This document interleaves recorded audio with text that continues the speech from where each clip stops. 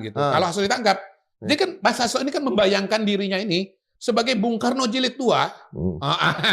Kan dia cerita dalam podcast itu, dulu Bung Karno ditangkap, lalu kemudian banyak yang simpati gitu. Dan bahwa Prabowo dan Jokowi ini adalah Belanda. Gitu. Iya. Itu yang mau dibangun dengan podcast itu gitu. Tapi kan Pak Prabowo bukan Belanda. Pak Jokowi bukan Belanda gitu. Dan Mas Hasto bukan Bung Karno. yang saya mau tangkap juga nih Mas Hasto ya, yang saya tangkap ini seolah-olah nih kita masih di zaman kerajaan, nggak ada demokrasi. Itu yang dibangun oleh beliau. Itu yang dikonstruksi oleh beliau, bahwa misalnya Pak Joko, bahwa kita hidup di zaman kerajaan, mau dibikin jadi kerajaan. Loh, kerajaan dari mana kok?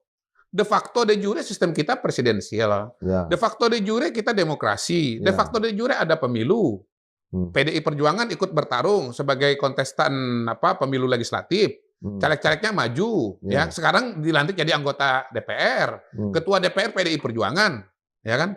Kalau kerajaan nggak ada cerita Puan Maharani itu jadi ketua DPR, nggak ada cerita, betul. Ya kan? Rakyat bisa memilih mau pilih Prabowo, mau pilih Ganjar atau pilih Anies, gitu loh. Jangan karena rakyat yang milih Ganjar cuma 16%, 17% lalu kalah, lalu disalahkan ini adalah kerajaan, nggak aci dong, gitu. Lagian di podcast itu masa Pak Prabowo ada Pak Jokowi ada Bubi, ada Gibran jadi calon, disebut ini kerajaan.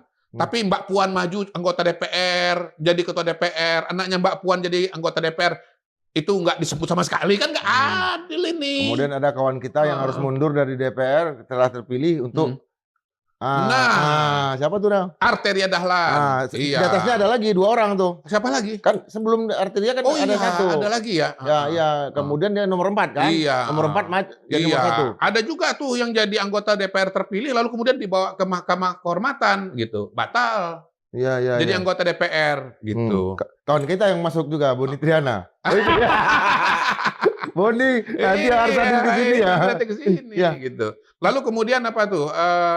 Ya intinya dibilang bahwa ini semua adalah kerajaan gitu. Gimana? Sebetulnya yang disebut kerajaan itu sekarang kan partai politik kan? Dalam arti sistemnya ke bawah. Oh gitu. Kerajaan artinya kan partai bisa disebut sebagai kerajaan politik. Terutama yang ketua umumnya nggak ganti-ganti kan?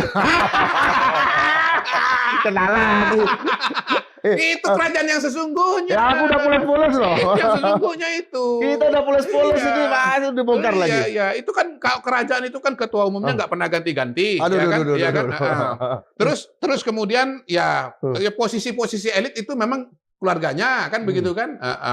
Lalu kemudian kalau ada acara-acara bajunya warnanya beda. Itu dia. Ini dapat umpan lambung terus. Saya nggak nyebut nama ya. Saya nggak nyebut nama ya. Iya karena tokoh senior ibu kita semua kan. Ya. Artinya yang kita lihat ini kan kalau dari dulu kan disebut dalam komunikasi era kolonial kan agiprop, agitasi dan propaganda. Apa yang dilakukan dua-duanya sekaligus nih sama? Nggak apa-apa. Jadi Hasto agitprop, saya juga agitprop. Dan memang harus begitu. Itu yang namanya demokrasi. Jadi menghadapi suatu opini, lawan dengan opini juga. Menghadapi suatu podcast, lawan dengan podcast juga gitu. Opini nggak boleh dilawan dengan proses hukum. Betul. Nggak boleh dilawan dengan proses hukum. Opini dilawan dengan opini juga gitu. Nah, soal siapa yang menang, siapa yang lebih dipilih, siapa yang didukung, kembali kepada rakyat. Demokrasi itu demos kratos. Jadi antara Mas Hasto dengan saya ini kita sama-sama berdialektika demokrasi. Bung Indra Piliang dengan Apar Tanjung itu demokrasi itu. Makanya saya minum dulu. Minum dulu. Oke. Jadi ya. Madilog itu apa Madilog? Materialisme dialektika logika. Itu dia. Bukunya Tan Malaka kan? Ini Madilog. Ya, kalau kita lihat jadi sekarang lagi cuti untuk membicarakan Madilog ini, membicarakan Hasto dan Dirty Vote jilid 2 ini. Karena kayak kita lihat kan kalau Voltaire mengatakan sebenarnya begini.